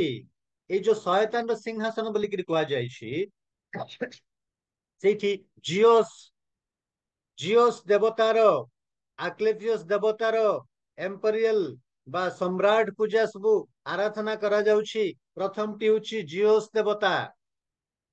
ଅନେକ ଲୋକ ବିଶ୍ୱାସ କରନ୍ତି, ଅନେକ ସ୍କଲାର ମାନେ ଏଇ କଥାକୁ ଚିନ୍ତା କରନ୍ତି ଯେ ଶୟତାନର ସିଂହାସନ ଅଛି ବୋଲି ଯୋଉ କୁହାଯାଇଛି, ଶୟତାନର ସିଂହାସନ ହଉଛି ଏଇ ଜିଓସ୍ ଦେବତାର ସିଂହାସନ। ଯଜ୍ଞ ବେଦୀ ମନ୍ଦିର ହେଇଥାଇପାରେ। କାରଣ ଏଇ ସ୍ଥାନକୁ ଯେତେବେଳେ ଲୋକମାନେ ଆସୁଥିଲେ, ଭିନ୍ନ ଭିନ୍ନ ସ୍ଥାନରୁ ତୀର୍ଥ ଯାତ୍ରୀ ମାନେ ସେମାନେ ଆସୁଥିଲେ, ଆଉ ଏଇ ଜିଓସ୍ ଦେବତାଙ୍କର ଉଦ୍ଦେଶ୍ୟରେ ଆରାଧନା କରାଯାଉଥିଲା, ଉପାସନା କରାଯାଉଥିଲା, ତାଙ୍କର ସ୍ତୁତି କରାଯାଉଥିଲା। ଆଉ ସେ ସ୍ଥାନରେ ବେଣ୍ଡ ବାଜା ସବୁବେଳେ ବାଜୁଥିଲା, ସବୁବେଳେ ଘଣ୍ଟାର ଶବ୍ଦ ଶୁଭା ଯାଉଥିଲା, ସବୁବେଳେ ସେ ଧୂପ ଜଳେଇ ଦିଆଯାଉଥିଲା। ଆଉ ସେଇ ଧୂପ 24 ଘଣ୍ଟା ଯାକ ଚାଲିଥିବ, କେବେ ମଧ୍ୟ ବନ୍ଦ ରହିବ ନାହିଁ। ସେ ଧୂମଟି ସବୁବେଳେ ଉଠୁଥିବ।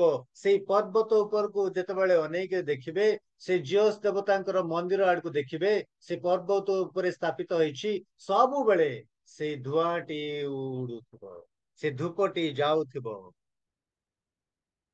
ଆଉ ଏହା ଗୋଟେ ଉଚ୍ଚ ପର୍ବତ ଉପରେ ସ୍ଥାପିତ ହେଇକିରି ଥିଲା।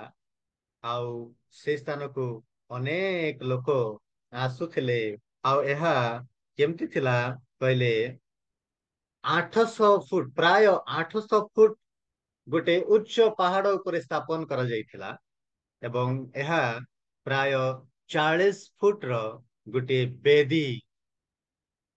ବେଦୀ ତିଆରି କରାଯାଇଥିଲା। ଆଉ ସେଇ ବେଦୀ ଉପରେ ଏହା ସମସ୍ତ ବିଷୟ କରାଯାଉଥିଲା। ଆଉ ଏହା ଗୋଟେ ରଙ୍ଗ ମଞ୍ଚର ବିଷୟ ଥିଲା, ଯେହେତୁ ଏଇଠି ସବୁବେଳେ ଗୀତ ବାଜା ସବୁ ରଙ୍ଗମଞ୍ଚ ଚାଲିଥିଲା ସବୁ ସମୟ, 24 ଘଣ୍ଟା ଯାକ। ଆଉ ସେଥିପାଇଁ ଯେହେତୁ ଏହା ଗୋଟେ 800 ଫୁଟ, ପ୍ରାୟ 800 ଫୁଟ ପର୍ବତ ଉପରେ ସ୍ଥାପିତ ହେଇଛି, ଏଣୁ ଯେତେ ଲୋକ ସେ ଏରିଆରେ ଅଛନ୍ତି, ସେଇ ନଗରରେ ଅଛନ୍ତି, ସେଇ ସହରରେ ଅଛନ୍ତି, ସେମାନେ ଦେଖିପାରୁଥିଲେ ଯେ ଏଇଠି ଗାନା ବାଜା ଚାଲିଛି, ଏଇଠି ବେଣ୍ଡ ବାଜା ଚାଲିଛି, ଏଇଠି ଧୂପ ଜଳା ଯାଉଛି, ଏଇଠି ସବୁ ନାଚୁଛନ୍ତି, ଏଇଠି ବଳି ଉତ୍ସର୍ଗ କରାଯାଉଛି, ସବୁ ଲୋକମାନେ ଜାଣି ପାରୁଥିଲେ। ସେ ଶବ୍ଦଟି ଚାରିଆଡେ ଶୁଣା ଯାଉଥିଲା। ଅନେକ ଲୋକ ଆସିକିରି ସେଇଠି ଏକତ୍ରିତ ହଉଥିଲେ, ଗ୍ୟାଦରିଂ ହଉଥିଲେ। ଏଇଟା ଦେଖିବା ପାଇଁ ଗୋଟେ ବଡ ସିଂହାସନ ପରିଥିଲା, ଦେଖିବା ପାଇଁ ଗୋଟେ ବଡ ବୃହତ ସିଂହାସନ ଥିଲା। ଏଣୁ ସ୍କଲାର ମାନେ ମତ ଦିଅନ୍ତି ଯେ ଶୟତାନର ସିଂହାସନ ଅଛି ବୋଲିକିରି କହିଲେ ଏଇଟା ଜିଓସ୍ ଦେବତାର ଯଜ୍ଞ ବେଦୀ ବୋଲି ଅନେକ ସ୍କଲାର ମାନେ ମତ ଦିଅନ୍ତି। ଏହା ହଉଛି ଶୟତାନର ସିଂହାସନ। ପ୍ରିୟ ବନ୍ଧୁଗଣ, ଯୋଉଠାରେ ଶୟତାନର ସିଂହାସନ ଅଛି, ଯୋଉଠାରେ ଶୟତାନ ବାସ କରେ, ଯୋଉଠାରେ ଶୟତାନର କାର୍ଯ୍ୟ ଚାଲିଛି, ଯୋଉଠାରେ ଶୟତାନର ରାଜୁତି ଚାଲିଛି, ଯୋଉଠାରେ ଶୟତାନକୁ ପୂଜା କରାଯାଉଛି, ଯୋଉଠାରେ ଶୟତାନର ଆରାଧନା କରାଯାଉଛି, ଯୋଉଠାରେ ଶୟତାନର କାର୍ଯ୍ୟାଳୟ ଅଛି, ସେଇ ପ୍ରକାର ଏକ ସହରରେ ଖ୍ରୀଷ୍ଟ ବିଶ୍ୱାସୀ ମାନେ ବାସ କରୁଛନ୍ତି। ଆଉ ଏହା ଏଇ ଲୋକମାନଙ୍କ ପାଇଁ ଯଦିବା ସମସ୍ୟାର ବିଷୟ, ଯଦିବା କଷ୍ଟର ବିଷୟ, ତଥାପି ସେମାନେ ସେ ସ୍ଥାନରେ ସ୍ଥିର ହେଇକିରି ବାସ କରିଛନ୍ତି। ଶୟତାନର ସିଂହାସନ, ଏଇଟା ହଉଛି ପ୍ରଥମ କଥା। ଦ୍ଵିତୀୟଟି ହଉଛି ଆସ୍କ୍ଲେପିୟସ୍। ଏଇ ଯୋଉ ଆସ୍କ୍ଲେପିୟସ୍ ଦେବତାର କଥା ମୁଁ କହୁଛି, ତା ଫଟୋକୁ ଟିକେ ଦେଖନ୍ତୁ, ସମସ୍ତଙ୍କର ସ୍କ୍ରିନରେ ଦେଖାଯାଉଥିବ ନିଶ୍ଚୟ। ଏଇ ଆସ୍କ୍ଲେପିୟସ୍ ବୋଲି ଯଦି ଆପଣଙ୍କର ଗୁଗୁଲରେ ଆପଣ ସର୍ଚ୍ଚ କରିବେ, ଏଇ ସ୍ପେଲିଂ ଟିକେ ଆପଣ ଯଦି ଲେଖିଦେବେ ଆସ୍କ୍ଲେପିୟସ୍ ବୋଲି, ଆପଣ ଜାଣିପାରିବେ ଯେ ବର୍ତ୍ତମାନ ବ୍ୟବହାର କରୁଥିବା ଗୋଟେ ଡକ୍ଟର ମାନଙ୍କର ଚିହ୍ନକୁ ଆପଣ ସେଇଠି ଦେଖିପାରିବେ। ଆସ୍କ୍ଲେପିୟସ୍ ଇମେଜ ବୋଲିକିରି ଆପଣ ଯଦି ଲେଖିବେ, ଆପଣ ଦେଖିବେ ଯେ ବର୍ତ୍ତମାନ ଡକ୍ଟର ମାନେ ବ୍ୟବହାର କରୁଥିବା ଗୋଟେ ଚିହ୍ନ, ଦିଟି ସାପ ଲାଗିଥିବ, ମଝିରେ ଗୋଟେ ସେ ରଡ ଗୋଟେ ଥିବ। ଆପଣ ଜାଣନ୍ତି କି ଯେ କ୍ଷମା କରିବେ,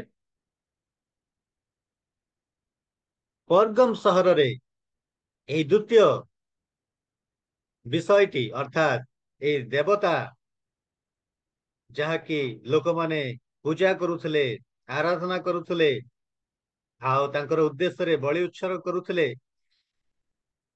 ଏଇ ଆସ୍କ୍ଲେପିୟସ୍ ଦେବତା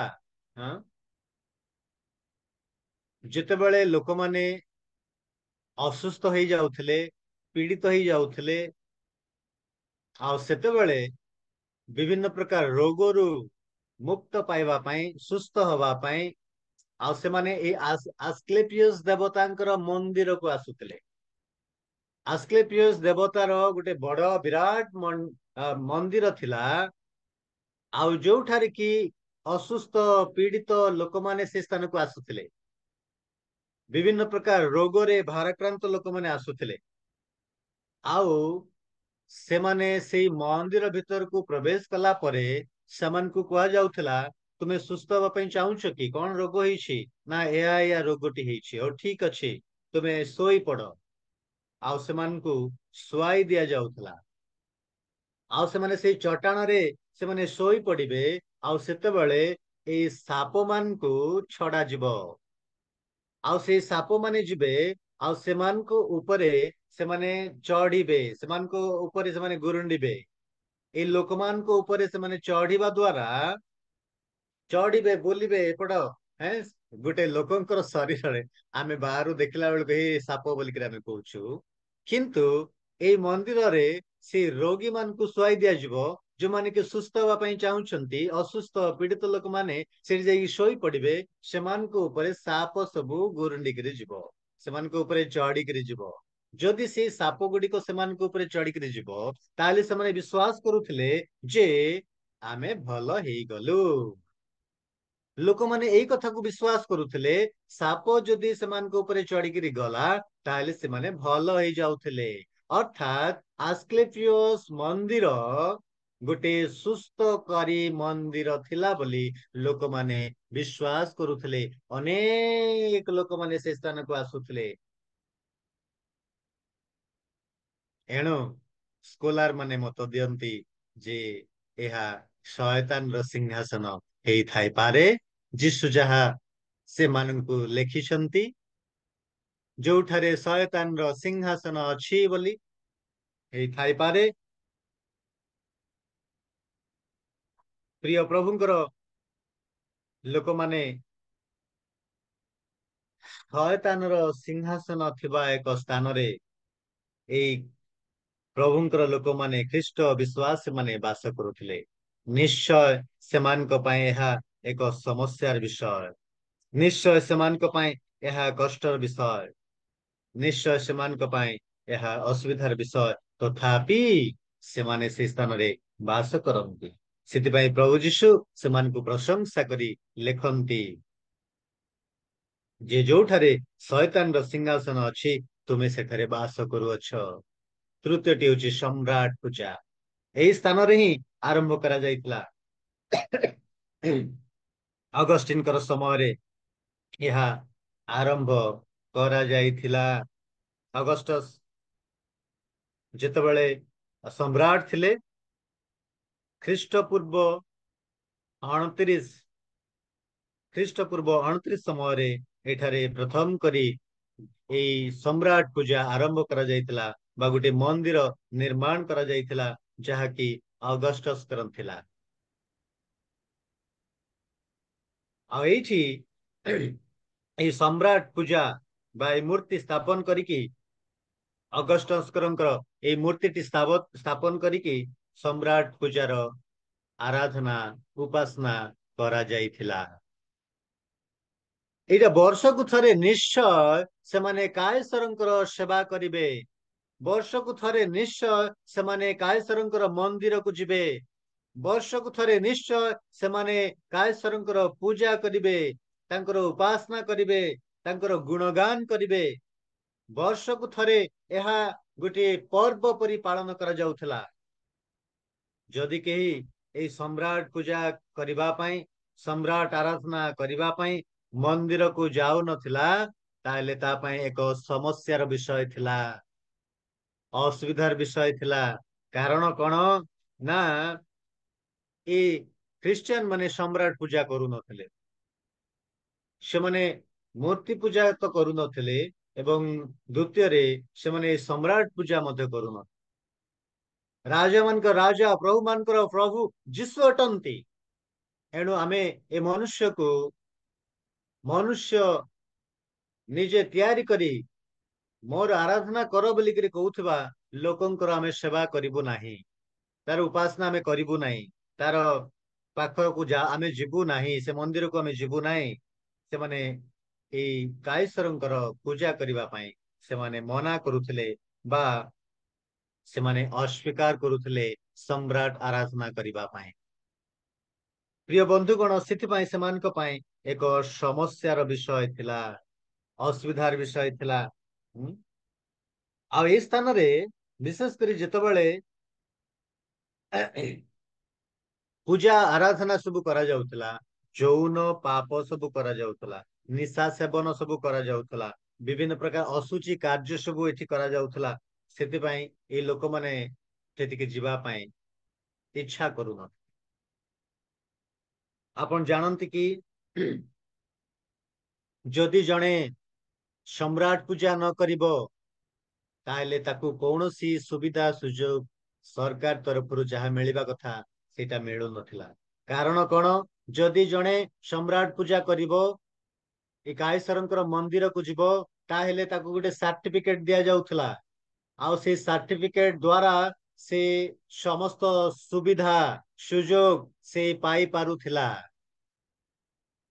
ଆଉ ଏଇ ସମସ୍ତ ସୁଯୋଗ ପାଇବା ପାଇଁ, ସୁବିଧା ପାଇବା ପାଇଁ, ଚାକିରି ପାଇବା ପାଇଁ, ବିଭିନ୍ନ ପ୍ରକାର ବ୍ୟବସାୟ କରିବା ପାଇଁ ତାକୁ ଏଇ ସାର୍ଟିଫିକେଟ ର ଆବଶ୍ୟକ ପଡୁଥିଲା।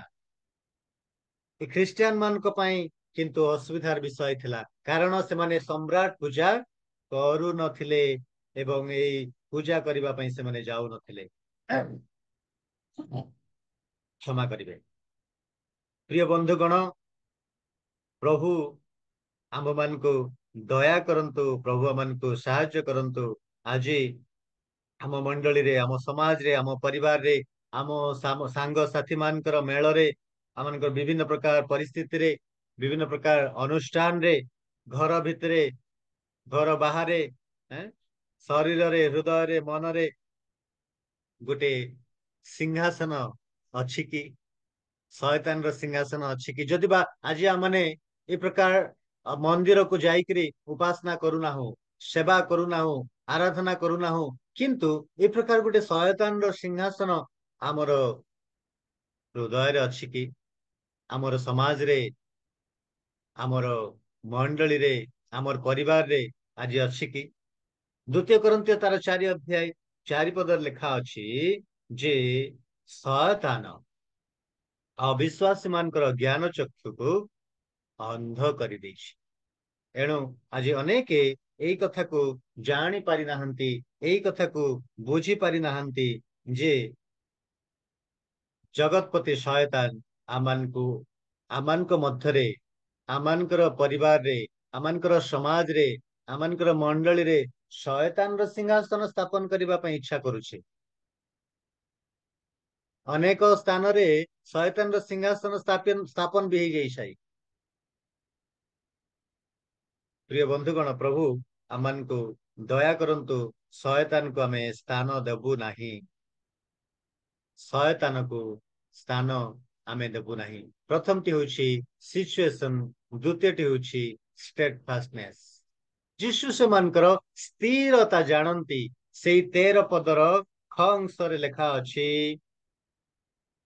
ସେଠାରେ ତୁମ୍ଭେ ବାସ କରୁଅଛ, ତଥାପି ତୁମେ ସେଠାରେ ବାସ କରୁଅଛ, ଆଉ ତୁମେ ଆମର ନାମକୁ ଦୃଢ ରୂପେ ଧରିକିରି ରଖିଛ। ସ୍ଥିରତାକୁ ସେ ଜାଣନ୍ତି। ସେଠାରେ ତୁମେ ବାସ କରୁଅଛ, ଯୋଉଠାରେ ଶୟତାନର ସିଂହାସନ ଅଛି, ଆଉ ଯୋଉଠାରେ ଜଣେ ପାଳକଙ୍କୁ ହତ୍ୟା କରାଯାଇଛି, ଆନ୍ତିପାକୁ ହତ୍ୟା କରାଯାଇଛି, ସେଠାରେ ତଥାପି ଏଇ ଲୋକମାନେ ସ୍ଥିର ହେଇକିରି ଅଛନ୍ତି। ସ୍ଥିରତା, ଆମେ ନିଶ୍ଚୟ ଏ ସ୍ଥିରତାର କଥା ଆଲୋଚନା କରିବା ଆଉ ଯିବା।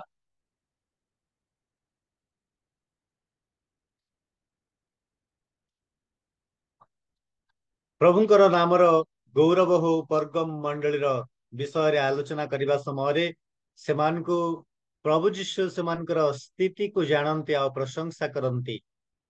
प्रभु जीशु सेमानकर स्थिरता को जानती आ प्रशंसा करती जदिबा सेठी शैतान सिंहासन अच्छी जदिबा समस्या अच्छी जदिबा कष्ट अच्छी जदिबा दुख निंदा ताड़ना अच्छी तथापि तुमे सेठी तिष्टिकरी अछ स्थिर होइकरी अछ अन्यत्र चली जाई ना कौनसी प्रकारे तुमे हतोत्साहित होना निरुत्साहित होना तुमे सेठी बास करिछ स्थिर होइकरी अछ प्रभु सेमानकु प्रशंसा करती से माने केबे हेले से स्थान छाड़िकरी चली गले नहीं जेमती जो जो स्थान गुड़ी करे विभिन्न प्रकार समस्या हुए असुविधा हुए लोक माने से स्थान को छाड़िकरी चली जाती किंतु से माने छाड़िकरी चली गले नहीं ये समस्या मुक्त हवा पाई से माने से जागा को छाड़िले नहीं मात्र से माने स्थिर होइकरी थिले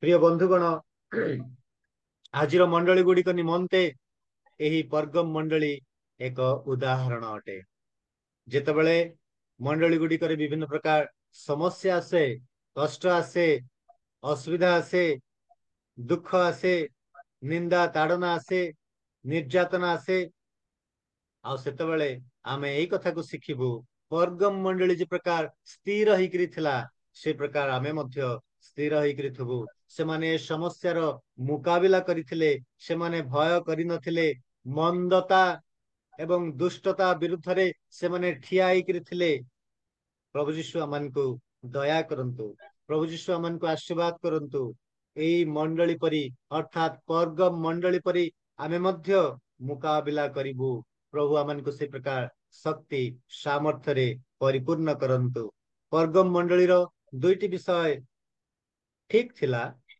हाँ जाहाको कि प्रभु प्रशंसा करंती अर्थात सेमानकर मुकाबिला करिथिले ए समस्त समस्यार मुकाबिला से माने करिथिले आ से माने सेठी स्थिर होइकरी थिले प्रभु यीशुଙ୍କ ପାଇଁ ସେମାନେ କେବେ ମଧ୍ୟ ଲଜ୍ଜିତ ନଥିଲେ ଏବଂ ସେମାନେ ପ୍ରଭୁ ଯୀଶୁଙ୍କ ପାଇଁ गर्व अनुभव करुଥିଲେ ସେମାନଙ୍କର ଚାରିଆଡେ ବିଭିନ୍ନ ପ୍ରକାର ବିଷୟ ସବୁ ଘୁରୁଥିବା ସମୟରେ କରାଯାଉଥିବା ସମୟରେ ସେମାନେ ପ୍ରଭୁଙ୍କ ପାଇଁ କେବେ ଲଜ୍ଜିତ ନଥିଲେ ଏବଂ ପ୍ରଭୁଙ୍କ ପାଇଁ ସେମାନେ ଗର୍ବିତ ଥିଲେ ପ୍ରଭୁ ଯୀଶୁଙ୍କ ପାଇଁ ସେମାନେ ସମସ୍ତ କଷ୍ଟକୁ ସ୍ୱୀକାର କରିଥିଲେ ପ୍ରିୟ ବନ୍ଧୁଗଣ ଆମେ ମଧ୍ୟ परगम मंडलीर ପାଇଁ परगम मंडली परी आमने यीशुଙ୍କ ପାଇଁ କିଛି କରିବା ଦରକାର कौन करिबु ना माने ए परगम मंडली परी प्रभुଙ୍କର प्रशंसा करिबु प्रभुଙ୍କ ठारे आनंद करिबु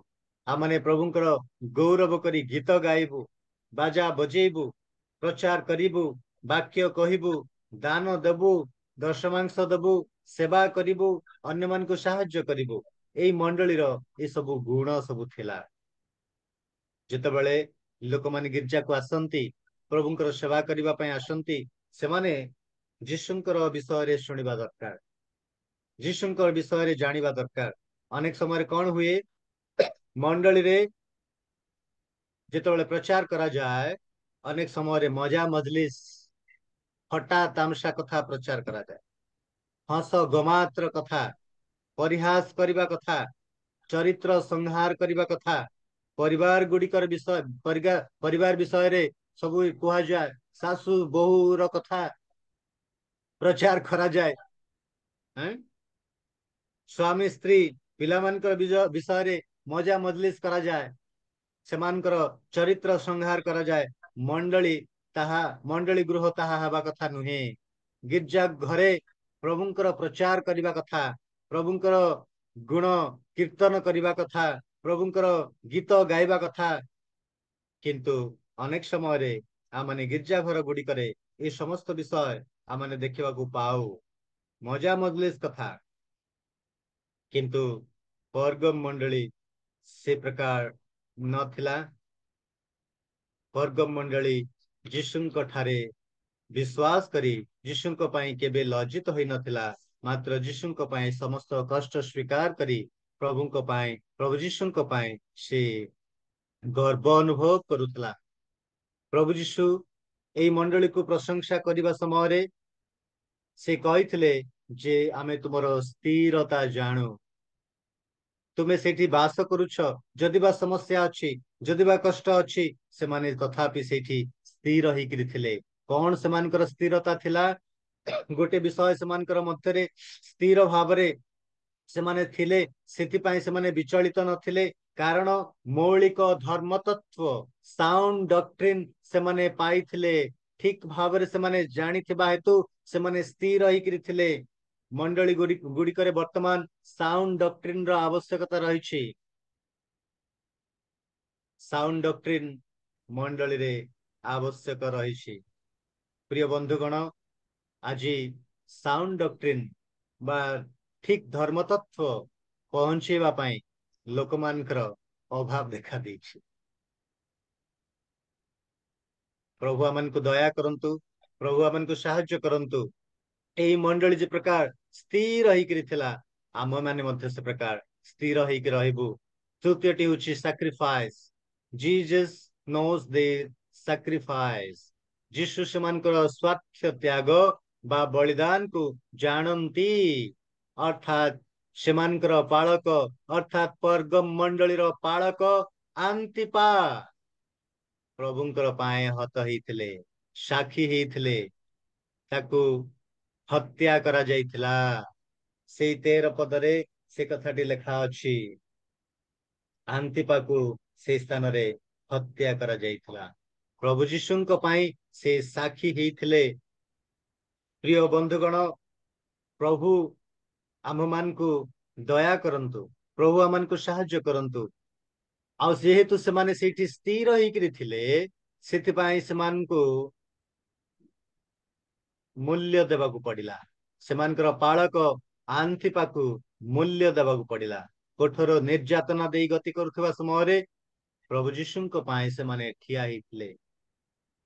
ପ୍ରଭୁ ଯୀଶୁଙ୍କ ପାଇଁ ସେମାନେ ସାକ୍ଷୀ ହେଇଥିଲେ।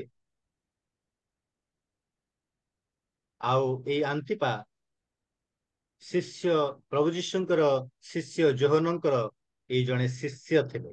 ଆନ୍ତିପା ଯୋହନଙ୍କର ଶିଷ୍ୟ ଥିଲେ। ଆଉ ସେ ପ୍ରଭୁ ଯୀଶୁଙ୍କ ପାଇଁ ସାକ୍ଷମର ହେଇଥିଲେ। ସେ କାୟସରଙ୍କର ମନ୍ଦିରକୁ ଯାଇ ନଥିଲେ, କାଇସରଙ୍କର ସେବା କରି ନଥିଲେ, କାଇସରଙ୍କର ଆଗରେ ସେ ଧୂପ ଜଳେଇ ନଥିଲେ, କାଇସରଙ୍କର ଆଗରେ ସେ ମୁଣ୍ଡ ନୁଆଇ ନଥିଲେ। ଏଣୁ ତାଙ୍କୁ ହତ୍ୟା କରାଯାଇଥିଲା। କେମିତି ହତ୍ୟା କରାଯାଇଥିଲା? এই ଫଟୋ ଟିକେ ଦେଖନ୍ତୁ। ଆଉ এই ଫଟୋକୁ ଯଦି ଆପଣ ଦେଖିବେ, ତାହେଲେ ବୁଝିବା ପାଇଁ ସୁବିଧା ହବ। 13 ପଦରେ ଲେଖା ଅଛି, ଶୟତାନର ସେହି ବସତି ସ୍ଥଳରେ ହତ ହୋଇଥିଲା ଆନ୍ତିପା। ସରି, ଗୋଟେ ଷଣ୍ଡ, ଯୋଉ ଷଣ୍ଡ କି ଗୋଟେ ପିତ୍ତଳର ଷଣ୍ଡଟି, ପିତ୍ତଳରେ ତାକୁ ତିଆରି କରାଯାଇଛି, ଗୋଟେ ପାତ୍ରଟେ ତିଆରି କରାଯାଇଛି। ଆଉ ତାର ଯୋଉ ମଝି ଅଂଶଟି, ପେଟ ବୋଲି ଆମେ କହିପାରିବା, ସେ ପେଟ ଅଂଶଟି ରେ ଗୋଟେ ଘୋଡ଼ଣୀ ଆକାରର ସେମାନେ ତିଆରି କରିଛନ୍ତି। ଏବଂ ଏଇ ଆନ୍ତିପାକୁ, ପର୍ଗମ ମଣ୍ଡଳୀର ପାଳକଙ୍କୁ ସେ ଭିତରେ ଭର୍ତ୍ତି କରି ଦିଆଗଲା ଏବଂ ତାକୁ ବନ୍ଦ କରି ଦିଆଗଲା ଏବଂ ସେ ତଳେ ନିଆଁ ଲଗେଇ ଦିଆଗଲା। ଆପଣ ଚିନ୍ତା କରନ୍ତୁ, ସାଧାରଣ ଭାବରେ ରାନ୍ଧିବା ସମୟରେ ମା ଭଉଣୀ ମାନଙ୍କର ହାତରେ ଯଦି କିଛି ଚେଙ୍କ ଲାଗିଗଲା, ଆହା କେତେ ଦିନ ପର୍ଯ୍ୟନ୍ତ ଆଉ ସେମାନେ କହୁଥିବେ ଲାଗିଗଲା, ରାନ୍ଧିବା ସମୟରେ ଲାଗିଗଲା, ଟିକେ ଲାଗି ଯାଇଥିଲେ। ଆପଣ ଚିନ୍ତା କରନ୍ତୁ, ଗୋଟେ ପିତ୍ତଳର ପାତ୍ରରେ ଷଣ୍ଢ ଆକାରର ସେଟା ଗୋଟେ ତିଆରି କରାଯାଇଛି ଏବଂ ତାର ଭିତରେ ଏଇ ଲୋକଙ୍କୁ ଭର୍ତ୍ତି କରି ଦିଆଗଲା, ତାକୁ ବନ୍ଦ କରି ଦିଆଗଲା। ତଳେ ଯଦି ନିଆଁ ଲଗାଯିବ, ଜୀବନ୍ତ ଅବସ୍ଥାରେ ସେ ଲୋକ କେମିତି ହେବ? ଛଟ ପଟ ହେଇକିରି, ଯେମିତି ତାୱାରେ ମାଛକୁ ଭଜା ଯାଏ, ସେ ପ୍ରକାର ଭାବରେ ଏ ଲୋକଟି ସେଠି ଭାଜି ହେଇଯାଇଥିବ, ସିଝିକିରି ସେଠି ମରି ଯାଇଛି। ଆପଣ ଚିନ୍ତା କରନ୍ତୁ, ସେଇ କଥାକୁ କଳ୍ପନା କରନ୍ତୁ। ପ୍ରଭୁଙ୍କର ନିମନ୍ତେ ସେ ସାକ୍ଷୀ। ପ୍ରଭୁ ଯୀଶୁ ସେଥିପାଇଁ ତାଙ୍କ ବିଷୟରେ କୁହନ୍ତି, ସେ ସାକ୍ଷୀ ହେଲେ, ବିଶ୍ୱସ୍ତ ସାକ୍ଷୀ ବୋଲି ସେ ପ୍ରକାଶ କରନ୍ତି। ଶୟତାନର ବସତି ସ୍ଥଳରେ ସେ ହତ ହେଇଥିଲେ, ସାକ୍ଷୀ ହେଇଥିଲେ। ଖ୍ରୀଷ୍ଟିଆନ ମାନଙ୍କ ପାଇଁ ଏଇ ପର୍ଗମ ଏକ ବିପଦପୂର୍ଣ୍ଣ ସ୍ଥାନ ଥିଲା। ଖ୍ରୀଷ୍ଟିଆନ ମାନେ ସେଇଠି ଚଳିବା ପାଇଁ ବଞ୍ଚିବା ପାଇଁ କଷ୍ଟକର ବିଷୟ ଥିଲା।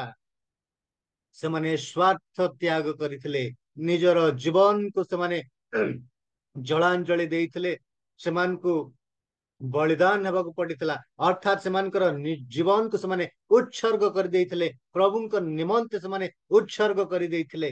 ଏ ପ୍ରକାର ସମସ୍ୟା, ଏ ପ୍ରକାର ଅସୁବିଧା ତାଡନା ସେମାନଙ୍କର ଜୀବନରେ ଆସିଥିଲା। ସେମାନେ ଅସୁରକ୍ଷିତ ଥିଲେ, ସେମାନେ ଲାଞ୍ଛିତ ହଉଥିଲେ, ସେମାନେ ତାଡିତ ହଉଥିଲେ, ସେମାନେ ଅପମାନିତ ହଉଥିଲେ, ସେମାନେ ସଙ୍କଟାପନ୍ନ ଥିଲେ, ସେମାନଙ୍କର ଜୀବନ ସଙ୍କଟାପନ୍ନ ଥିଲା। ତଥାପି ସେମାନେ ସେ ସ୍ଥାନରେ ବାସ କରିଥିଲେ ପ୍ରଭୁଙ୍କର ନିମନ୍ତେ। ନିଜର ସ୍ୱାର୍ଥ ପାଇଁ ସେମାନେ ସେଠି ବାସ କରିନଥିଲେ, ନିଜର ସ୍ୱାର୍ଥ ସେମାନେ ତ୍ୟାଗ କରିଥିଲେ, ପ୍ରଭୁଙ୍କ ନିମନ୍ତେ ବଳି ହେବା ପାଇଁ ମଧ୍ୟ ପ୍ରସ୍ତୁତ ଥିଲେ, ପ୍ରଭୁଙ୍କ ନିମନ୍ତେ ହତ ହେବା ପାଇଁ ସେମାନେ ପ୍ରସ୍ତୁତ ଥିଲେ। ଖ୍ରୀଷ୍ଟିଆନ ମାନଙ୍କର ସାକ୍ଷ୍ୟ ଏ ପ୍ରକାର ହେବା ଦରକାର। ପ୍ରିୟ ବନ୍ଧୁଗଣ, ସେମାନଙ୍କର ସାକ୍ଷ୍ୟକୁ ସେମାନେ ଦୃଢ ଭାବରେ ଧରିଥିଲେ, ଆଉ ସେମାନଙ୍କର ଦୃଢତା ଯୋଗୁ ପ୍ରଭୁ ଯୀଶୁ ସେମାନଙ୍କୁ ପ୍ରଶଂସା କରନ୍ତି। ସେମାନଙ୍କର ସ୍ୱାର୍ଥ ତ୍ୟାଗକୁ ପ୍ରଭୁ ଯୀଶୁ ଜାଣନ୍ତି। ପ୍ରକାଶିତ ତାର 1:5 ଲେଖା ଅଛି, ଯୋଉ ସାକ୍ଷୀ କଥା ଲେଖା ଅଛି ଏହା ଯୀଶୁଙ୍କ ବିଷୟରେ ଲେଖାଯାଏ। କିନ୍ତୁ ଯୀଶୁ ତାଙ୍କ ସହିତ ଆଉ ଜଣକୁ ଯୋଗ କରୁଛନ୍ତି, ଆଉ ସେ ହଉଛନ୍ତି ଆନ୍ତିପା, ବିଶ୍ୱସ୍ତ ସାକ୍ଷୀ ବୋଲି ସେ ନିଜ ସହିତ ତାଙ୍କୁ ଯୋଗ କରୁଛନ୍ତି। ଅର୍ଥାତ୍ ଯୀଶୁଙ୍କ ପାଇଁ ଯୋଉମାନେ ସାକ୍ଷୀ ହୁଅନ୍ତି, ଯୀଶୁଙ୍କ ପାଇଁ ଯୋଉମାନେ ଧର୍ମ ଜୀବନ ଯାପନ କରନ୍ତି, ଯୀଶୁଙ୍କ ପାଇଁ ଯୋଉମାନେ ବ୍ୟବହାର ହୁଅନ୍ତି, ନା ନିନ୍ଦା ତାଡନା ଅପମାନ ସହନ୍ତି, ସେମାନଙ୍କୁ ପ୍ରଭୁ ଯୀଶୁ କୁହନ୍ତି ଆମ୍ଭର ସାକ୍ଷୀ। 2 ତିମୋଥୀ ତାର 3:12 ଲେଖା ଅଛି, ଯୋଉମାନେ ଧର୍ମ ଜୀବନ ଯାପନ କରିବାକୁ ଇଚ୍ଛା କରନ୍ତି ସେମାନେ ତାଡନା ଭୋଗ କରିବେ। ପ୍ରିୟ ବନ୍ଧୁଗଣ, ଆନ୍ତିପା ପ୍ରଭୁଙ୍କର ନିମନ୍ତେ ସେ ହତ ହେଇଥିଲେ, ଏଇ ପ୍ରକାର ଭାବରେ ସେ ହତ ହେଇଥିଲେ। ପ୍ରଭୁ ଆମମାନଙ୍କୁ ଦୟା କରନ୍ତୁ, ପ୍ରଭୁ ଆମମାନଙ୍କୁ ସାହାଯ୍ୟ କରନ୍ତୁ, ତାଙ୍କର ଅନୁଗ୍ରହ ଯୋଗ କରନ୍ତୁ। ପର୍ଗମ ମଣ୍ଡଳୀକୁ ଯେ ପ୍ରକାର ପ୍ରଭୁ ଯୀଶୁ ପ୍ରଶଂସା କରି ଚିଠି ଲେଖନ୍ତି, ସେ ପ୍ରକାର ଆମମାନଙ୍କୁ ମଧ୍ୟ ପ୍ରଶଂସା କରିବା ଦରକାର। ଯଦି ଆମମାନଙ୍କ ଜୀବନରେ ସବୁ ବିଷୟ ରହିବ, ତାହେଲେ ଆମେ ମଧ୍ୟ ପ୍ରଶଂସା ପାଇବା ପାଇଁ ଯୋଗ୍ୟ ହବୁ। ପ୍ରଭୁ ଆମମାନଙ୍କୁ ଦୟା କରନ୍ତୁ, ପ୍ରଭୁ ଆମମାନଙ୍କୁ ସାହାଯ୍ୟ କରନ୍ତୁ। ପ୍ରଭୁଙ୍କର ଅନୁଗ୍ରହ ହେଲେ ଆମମାନେ ଦ୍ୱିତୀୟ ବିଷୟଟିକୁ ଆସନ୍ତା ସମୟରେ ଯିବା। ଆଉ ଏଇ ଦ୍ୱିତୀୟଟି ବିଷୟ ହେଉଛି ୱାର୍ଡ ଅଫ କନଫ୍ରଣ୍ଟେସନ, ମୁକାବିଲାର ବାର୍ତ୍ତା ବିଷୟରେ ଆମେ ଆଲୋଚନା କରିବା। ପ୍ରଭୁ ଆମ ସମସ୍ତଙ୍କୁ ଆଶୀର୍ବାଦ କରନ୍ତୁ। ସମସ୍ତେ ଧୈର୍ଯ୍ୟର ସହିତ ଶୁଣିଥିବା ହେତୁ ସମସ୍ତଙ୍କୁ ଧନ୍ୟବାଦ ଜଣାଉଛି। ପ୍ରଭୁ ପ୍ରତ୍ୟେକଙ୍କୁ ଦୟା କରନ୍ତୁ। ବହୁତ ବହୁତ ଧନ୍ୟବାଦ। ନମସ୍କାର।